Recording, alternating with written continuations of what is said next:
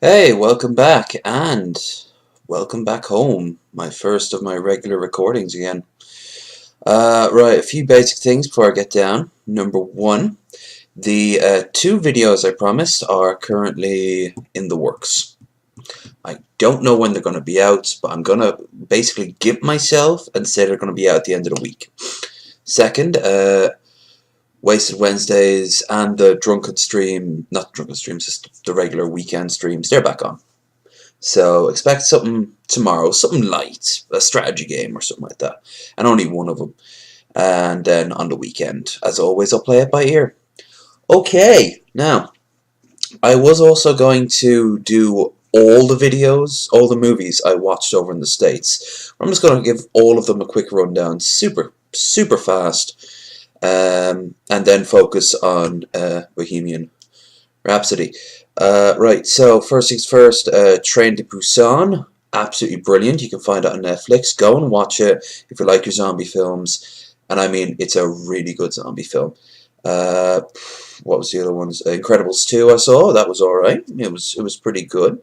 I liked how it didn't use some of the tropes, and I thought the fight with Jack was, and the raccoon was just, it was the best uh, fight you could possibly get for superheroes ever. It's like one of the best fights ever I've ever seen in a superhero film.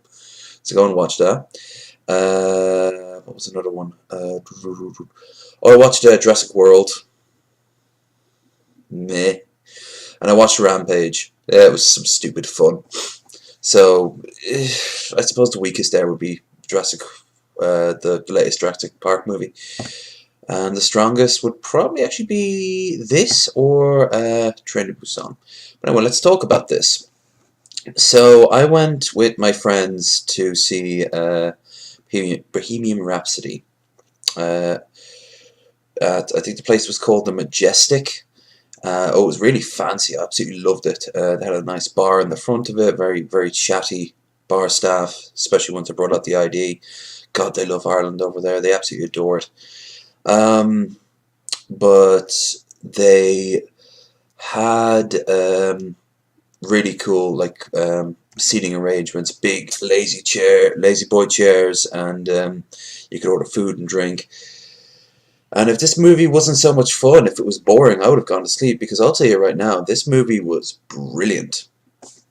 I I'm putting it on par with Walk the Line and Ray for that sort of music movie, like musical biop. So historically, it's kind of all over the place, but you don't care because the performances are brilliant. The main guy, Rami Malek, is just, I think he nails Freddie on stage, but he also nails him off stage. The whole sort of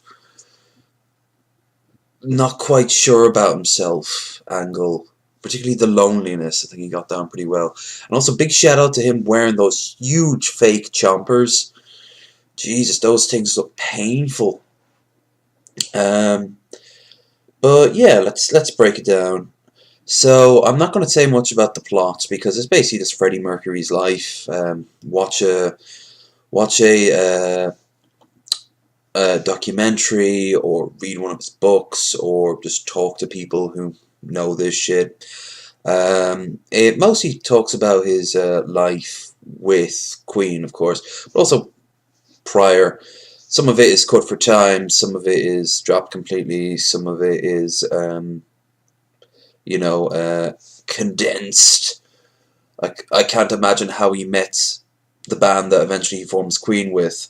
I can't imagine him doing that with them just finding them having a smoke in the back of their van, and by pure chance, their lead vocalist left, and they get into this sort of singing interview where he's like, "Oh yeah, this is actually kind of good." It's very cheesy, but it works. It really does work. Um, I thought that I thought that how the progression went was pretty cool because I don't know a huge amount of Queen. Now, I've heard Queen. Anyone in the British Isles has heard Queen in a trillion different places. But how, for example, they got their first album by selling their van. I thought was hilarious. And they were kind of like pooling enough money together just to keep going so they can make up their first album. Um, I thought that was really cool. Then how it kind of like snowballs from that and that and that until eventually they talk to the record label, which is a cool scene of itself when they're trying to actually sell Bohemian Rhapsody, and no one, like, he's not interested in it, and he has the standard like, you'll never be a big you're too crazy, you're too out of there, this is what I mean, like, it's stupid, it didn't happen like this, you don't need to know the real history of it, it didn't happen exactly like this, but it's getting the gist of it in, and it's helped by a lot of interesting characters. The guy who played Littlefinger, for example, is I think their manager, and I don't know what sort of accent he's playing. He can never do accents to save his life. Why the fuck doesn't he just speak normally? Like, I think he's from Dublin. Don't hold me on that one. I think he's from Dublin. And he's doing this weird Scottish, Irish, Scottish American accent that is just all over the place. There's another Irish guy there. The guy who's kind of like the Yoko Ono of the group. He kind of goes in and breaks up the group with Freddie. And as in case you're telling them I'm all over the place, it's because honestly I've been thinking the best way of putting this down without spoiling the actual movie, because I don't want to spoil it. So I'm just kind of picking all over the place. So I have to focus. All right, so he's an interesting character. I don't quite know what his motivation is, besides being a dick and ruining it for Freddie. He's just spending all day partying and getting into like three-ways with toy boys and things like that. Oh, and by the way, I think they actually handled Freddie's homosexuality a bit shit in this. It's like what I said, like it's very Hollywood. There's a scene where he's on the phone to his wife, who in real life he always loved her. He always thought her like his soulmate, but he didn't really like, he obviously was also gay, and that would, especially back then for a Parsi guy, a Farsi. I can never pronounce it right. That must have been like very, very harsh to find out, like, oh, I'm gay, especially in the 70s. But like how they handle it is just a really, really stupid scene where he's literally on the phone to his wife back in England, where he's touring the Midwest, and he's right by a men's room, and this bear cowboy motherfucker walks in and gives him like the sort of eye, and he goes into the men's room, and the way it frames the word men on the front of it, and he's just there like, honey, right, yeah, yeah, like, what the like, Jesus, come on, a little bit more soul than that. He also actually, I thought he came, I don't know about Freddie in real life, something tells me this might be true, but he actually came across as a bit of a slut. He was just fucking anyone. It was actually, I don't know anything about it, but at least it didn't dwell on it too long. It got brought up as well it did, but instead it's Freddie dealing with loneliness and isolation and self-loathing as well. There's one great scene where he is trying to get a party going just because he doesn't want to be alone in his house. Where he meets a guy who he tries to hit on, and he's probably the first. I'd say this is actually the only realistic homosexual, I think, in the whole movie, where he's just like, he starts hitting on the guy, and the guy just bats him out of his hand away and say, "Don't you ever lay your hand on me." And he apologizes, and they get to drinking afterwards, and he's like, "Freddie, you're a great guy, and the world loves you. Once you start loving yourself, give me a call." And I thought, yeah, that was a decent bit of writing right there, and it was a payoff as well. But it also deals with his AIDS, and that was a little bit up and down. It was very subtle, though. I will say that it doesn't just like the whole plot doesn't stop. Uh, but I think some of the best moments are when they're in the so Queen are in this big old country house, what they can turn it into a soundstage. This is also where we meets the Northern Ireland guy that becomes like Yoko Ono. But he, like they're all there and they're just constantly trying to get the right sound, and like it's just this great laughing, great moment of like comedy. Hopefully I didn't go black there. The screen kind of went weird for a second. Um, and like there's laughing and there's a constantly playing the same bits over and over that eventually results in uh, uh, Bohemian Rhapsody, of course. But it then kind of like slumps. I think it kind of goes like this, the film. But overall, it stays accurate. And then my favorite part of the film kicks in, the Live Aid part. He gets the band back together, which actually I know this. It didn't it never happened. Queen never broke up. Um, but they get back together, and they start preparing for Live Aid. And the guy who ran Live Aid, or at least he was the head of Live Aid, was Bob Geldof. And a lot of Americans don't know who Bob Geldof is.